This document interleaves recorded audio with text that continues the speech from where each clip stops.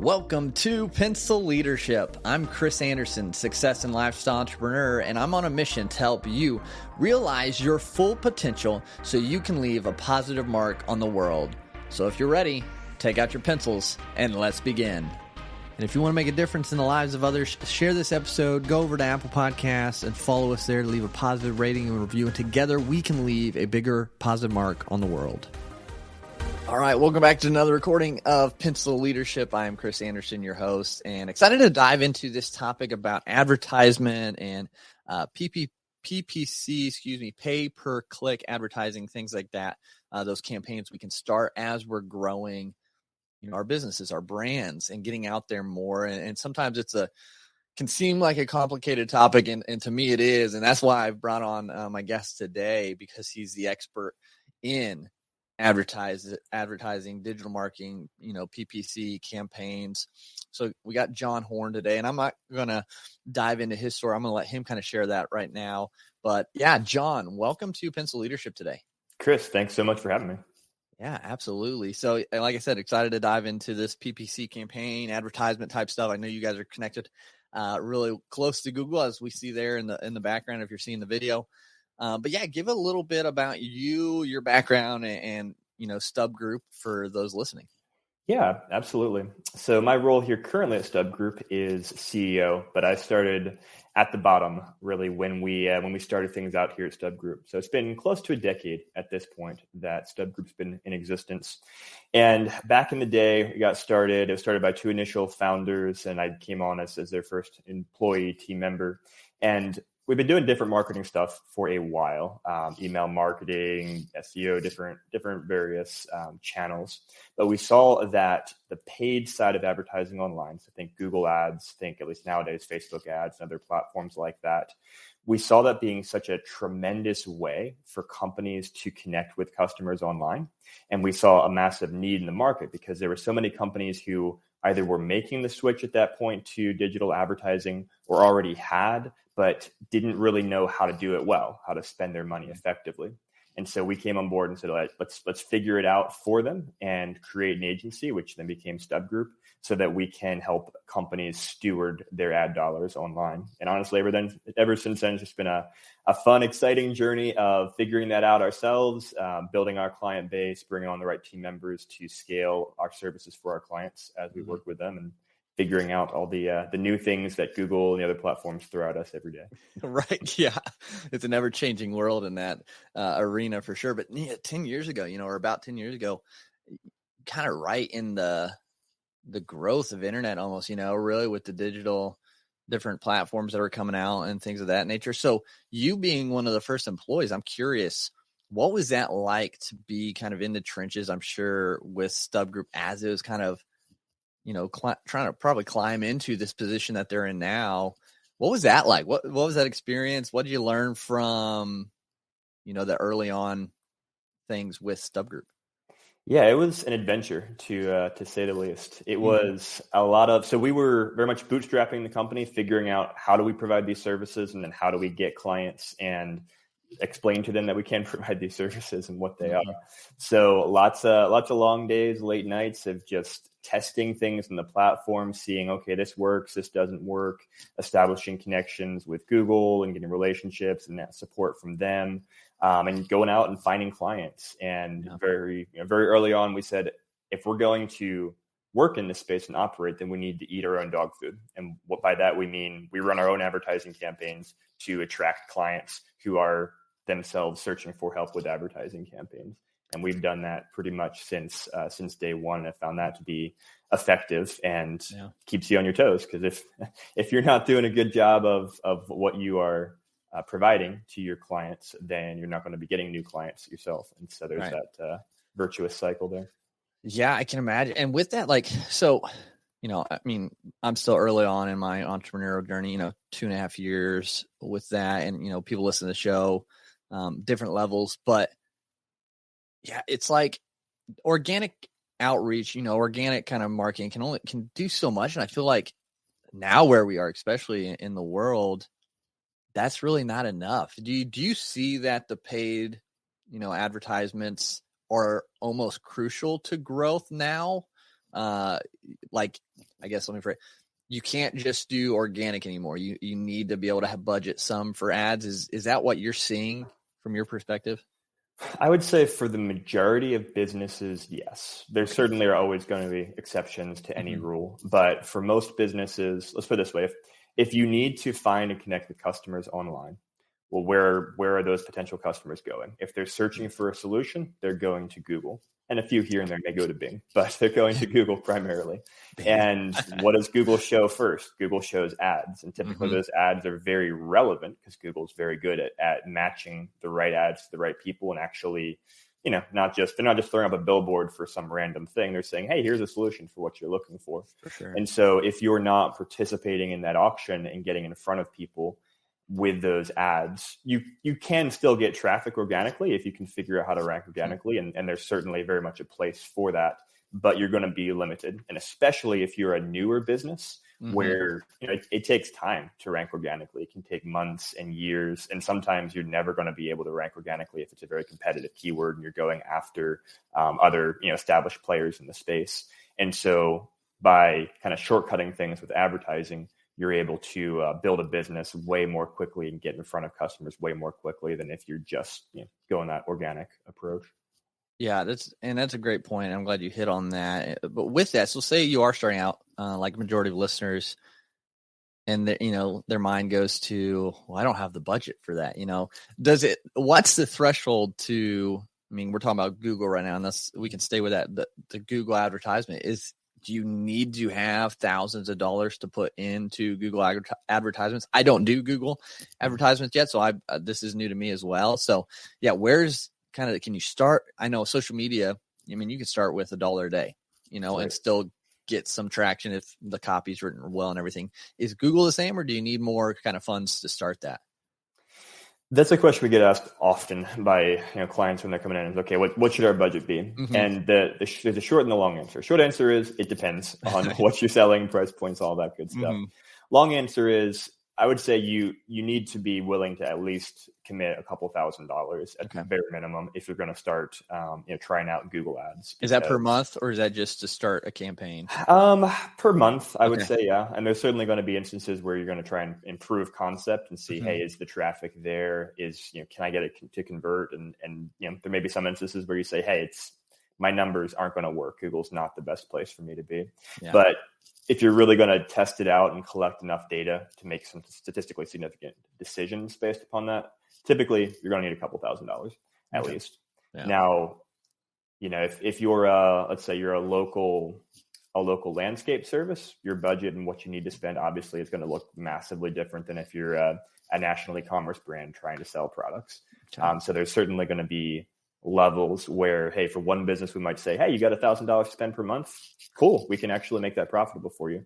Different business, we might say, you know what, that's such a drop in the bucket compared to your competitors in the market going after that. If you can't spend more than that, it doesn't even make sense to try. So it's very much a tailored conversation we have with each client to figure out what their goals are, what their market looks like, how competitive it is, and then go from there. Yeah. And then you guys, I mean, you cover it all. You get them into the Google, you do all that. What is the system that Google uses for ad? It's, what's that called again? So they have what they call the Google Ads kind of UI for managing things. You go into ads.google.com, you build out your campaigns, you build out different things. And Google's built it in such a way that you can do it DIY. Any business could just go create an account and start creating some campaigns and start serving. And Google makes it very easy to spend money with them. So it's not hard to get to a point where you're giving Google money. What's harder, obviously, is a point where you're making money back from that traffic you're getting. And that's where working with someone who's got expertise to know, okay, we should run this campaign type, shouldn't run that. We should do this and that. That's where that profitability aspect comes in. That's a great point. Yeah. Cause I mean, guidance, I was just kind of thinking about it. If I was going to start a Google ad, like, there's so many pieces into that, like what they see, the keywords, and then where it directs them and what that looks like. You help with that whole kind of funnel, I guess you could call it. Exactly. Okay. Yeah. Basically, we work with the clients to figure out what are their goals, what's their target audience, what it separates them from the competition, and then we're doing all the work of figuring out targeting and keywords and writing ads and figuring out where to send them on the website and what to bid for them and all the fun things that go into running those successful campaigns. For sure. And do you have, I mean, obviously we don't want to give it all away, but as much as you can, any tips on people if they are thinking maybe they don't have the budget, to utilize Stub Group yet or anything like that, and they're trying to DIY? Do you have any tips to give, the audience on how they can maybe get started and be somewhat successful doing it on their own? Yeah, I'd say if you're going the DIY approach, like I mentioned earlier, it's really easy to waste money on Google. They are happy to take that money. And so probably the biggest piece of advice I would give is start small. And what I mean by small is in everything that you approach. Let's say, so keyword targeting is a big part, especially if you're running what they call search campaigns, which is the text ads that come up when you search for something. So there's different, what Google calls match types, where basically you could enter a word. Let's say, local landscaper. You could enter that as a keyword that you want to target. You could either have a very kind of flexible, what they call match type, which is called broad match, which basically tells Google, hey, any potential variation that's anywhere similar to local landscaper someone searches for, I want to show my ads for that. Or you could do much more tightly defined, what they call exact match, which is, hey, we really want to make sure that the search is very, very close to local landscaper before my ad would show.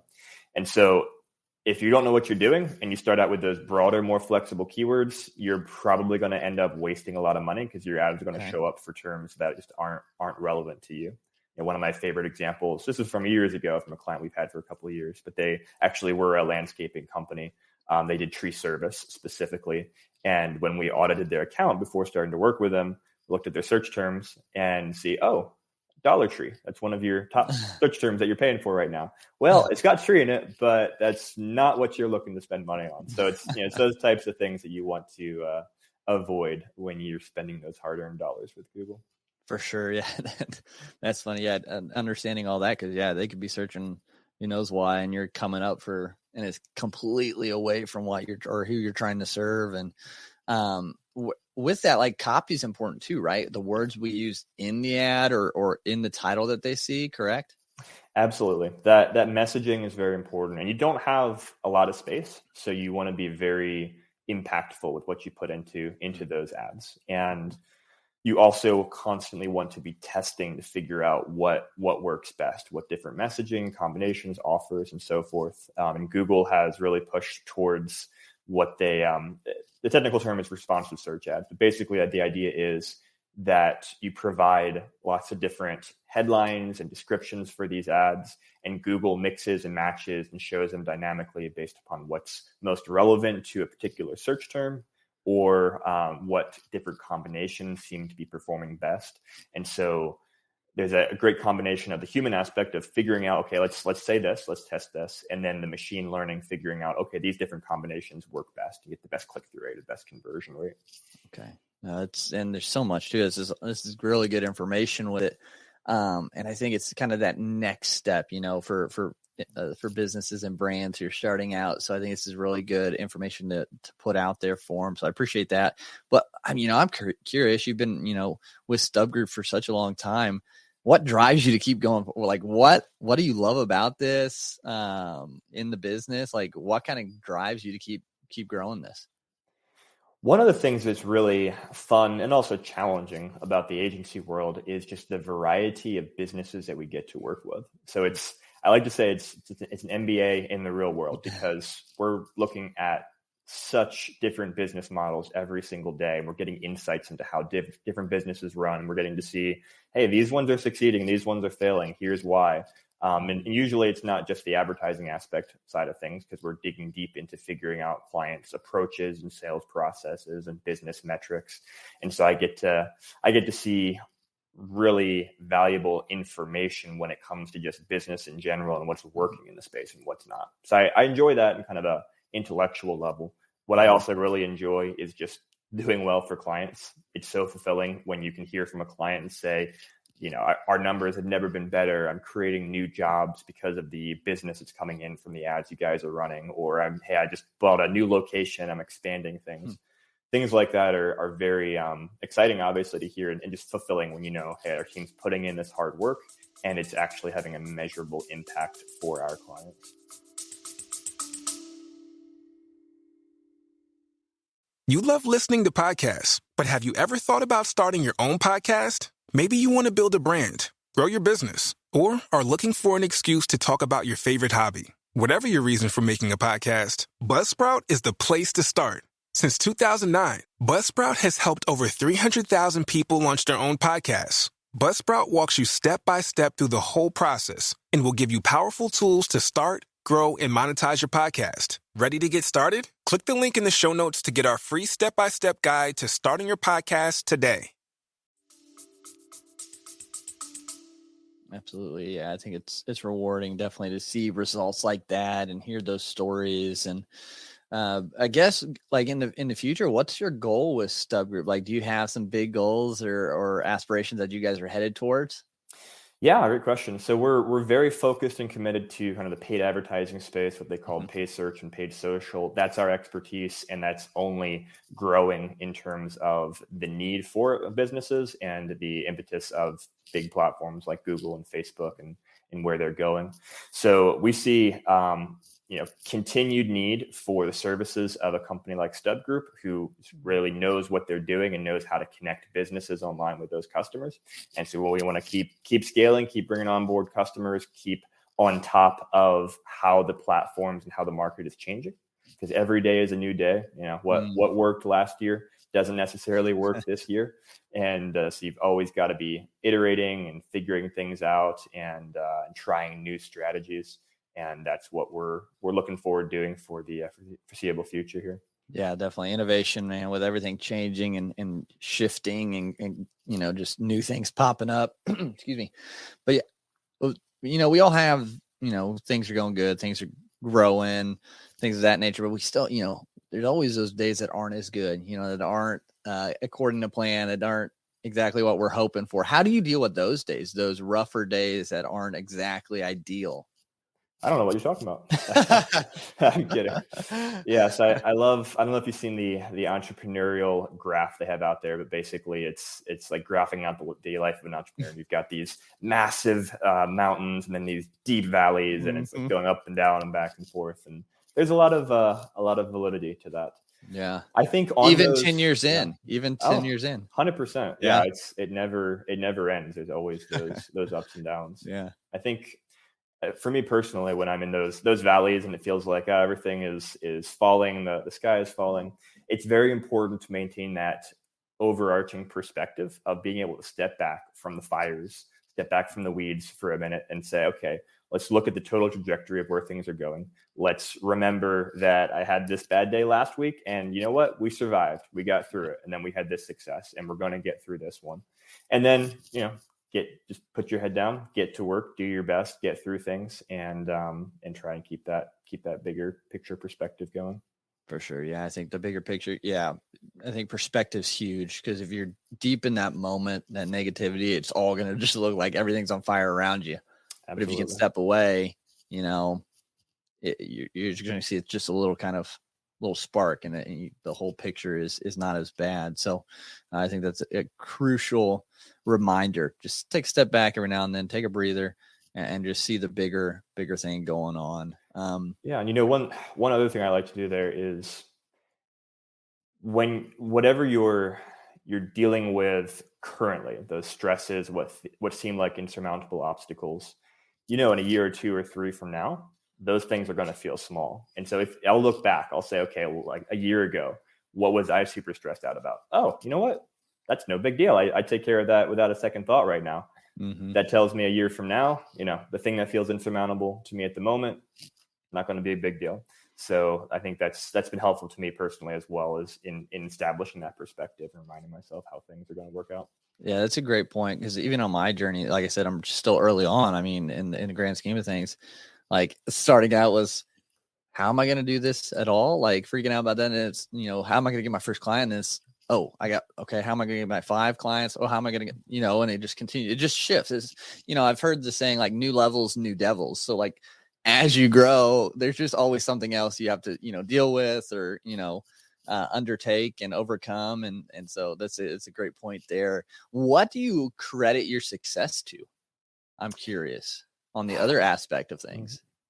I think, combination of things. Certainly blessed with opportunities to get into the market that we're in right now when there was really a big shift from traditional to digital advertising and just tons of companies who needed help. I think, hard work, certainly, putting in those hours, working with clients, figuring things out. I think what's really important too for anyone who's starting out and wanting to be successful in a new business, whatever that business is the whole idea of get rich quick, of, put in a little bit of work, get massive returns. Very popular to talk about on YouTube channels, and very popular to read about in self-help books and so forth. But that's not how you build a successful, fulfilling business or life. You've got to truly care about the work you're doing, about the people you're helping, in my case, about the clients we're working with.